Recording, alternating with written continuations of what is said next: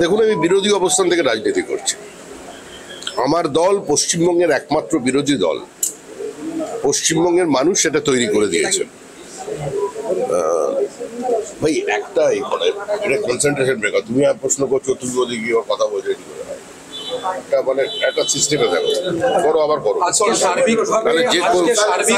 আজকে সার্বিকভাবে যে তৃণমূল কংগ্রেস ছাত্র পরিষদের যে মিটিং এ, সেখানে মুখ্যমন্ত্রী মমতা বন্দ্যোপাধ্যায় বিজেপিকে আক্রমণ করলেন এবং ভাইরাস বলে বললেন এবং কেন্দ্রীয় বঞ্চনার অভিযোগ করলেন, কমিশনকেও অভিযোগ করলেন। এবার এই পুরো ব্যাপারটা নিয়ে আপনি কি বলবেন? ভাইরাস কি ব্যাকটেরিয়া সেটা আমি আর জানা নেই, তবে এই মুহূর্তে তৃণমূল কংগ্রেসের কোনো বক্তব্যের কোনো গ্রহণযোগ্যতা আছে বলে পশ্চিমবঙ্গের মানুষ কেন গোটা দেশের মানুষ মনে করে।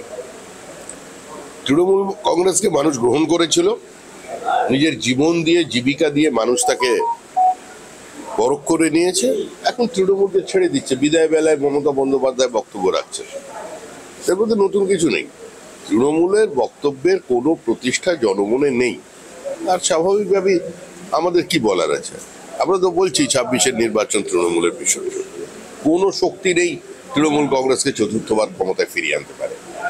জীবন কৃষ্ণের পর জীবন কৃষ্ণের পিসি যেদিনকে ইডিতে হাজিরা দিচ্ছেন, তারই দলের কাউন্সিলর, সাঁইথিয়ার তৃণমূল কাউন্সিলর, সেদিনকে মমতা বন্দ্যোপাধ্যায় বলছেন যে ভোট এলে সব এজেন্সির বাড়াবাড়ি টাড়াবাড়ি হবে, এগুলো কোনো ব্যাপার নয়।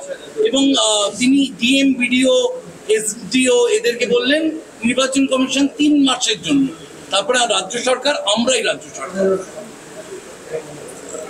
দেখুন, ভারতবর্ষে সর্বশক্তিমান ভগবান কিংবা আল্লাহ নন, সর্বশক্তিমান হচ্ছে ভারতের সংবিধান। ভারতের সংবিধানকে চ্যালেঞ্জ করলে, ভারতের সংবিধানকে অবমাননা করলে সংবিধানের সেই শক্তি আছে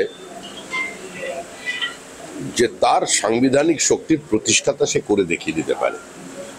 50-এর কমে নামিয়ে দেওয়া হবে বিজেপিকে, আশ্বাস দিলেন অভিষেক বন্দ্যোপাধ্যায়। আজকে যে হুমকি দিলেন, একবার প্রশাসনিক জায়গা থেকে হুমকি, বলছি প্রশাসনিক জায়গা থেকে একবার হুমকি হলো। প্রদীপ জ্বলে নিভে যাওয়ার আগে একটু জ্বলে ওঠে। সুপ্রিম কোর্টে আছে, বলে দিচ্ছি,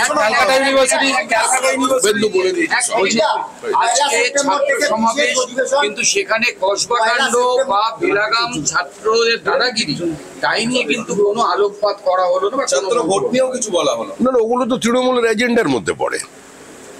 তৃণমূল কেন ভোট নিয়ে কথা বলবে? ভোটটা তৃণমূলের পছন্দ নয়, চয়েস নয়, ওটা তাদের কম্পালশন, বাধ্যবাধকতা। তৃণমূল কোনো গণতান্ত্রিক ব্যবস্থায় বিশ্বাস করে না, তৃণমূল কোনো গণতান্ত্রিক পদ্ধতিতে বিশ্বাস করে না। একটা পরিবারতান্ত্রিক, আঞ্চলিক, স্বৈরতান্ত্রিক রাজনৈতিক শক্তি, যাকে রাজনৈতিক দল বলা যাবে কিনা এটা নিয়ে ভবিষ্যতে গবেষণা হবে।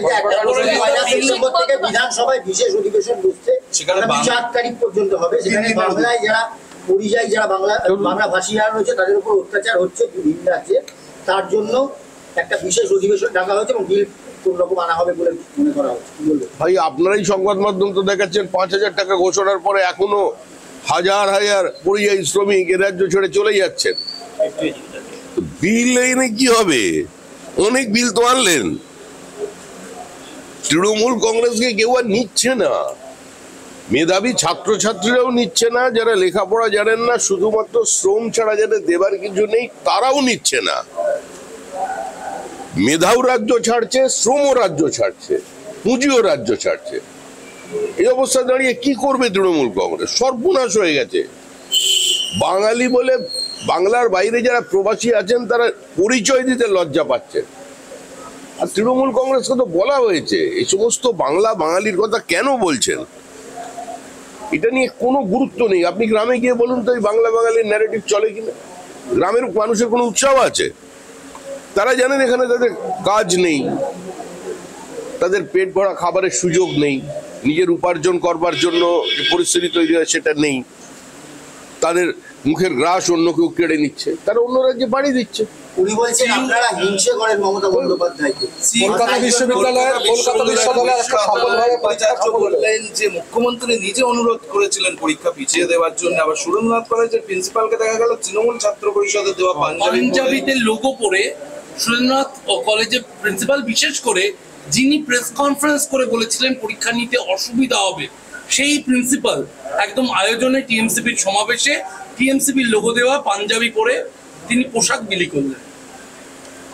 আপনি অপেক্ষা করুন না জুন মাস পর্যন্ত, আর প্রিন্সিপালকে চিনে রাখুন। তিনি কোন রঙের পাঞ্জাবি পরে সেক্টর 5-এ ঘোরাঘুরি করে আপনারই দেখতে পাবেন।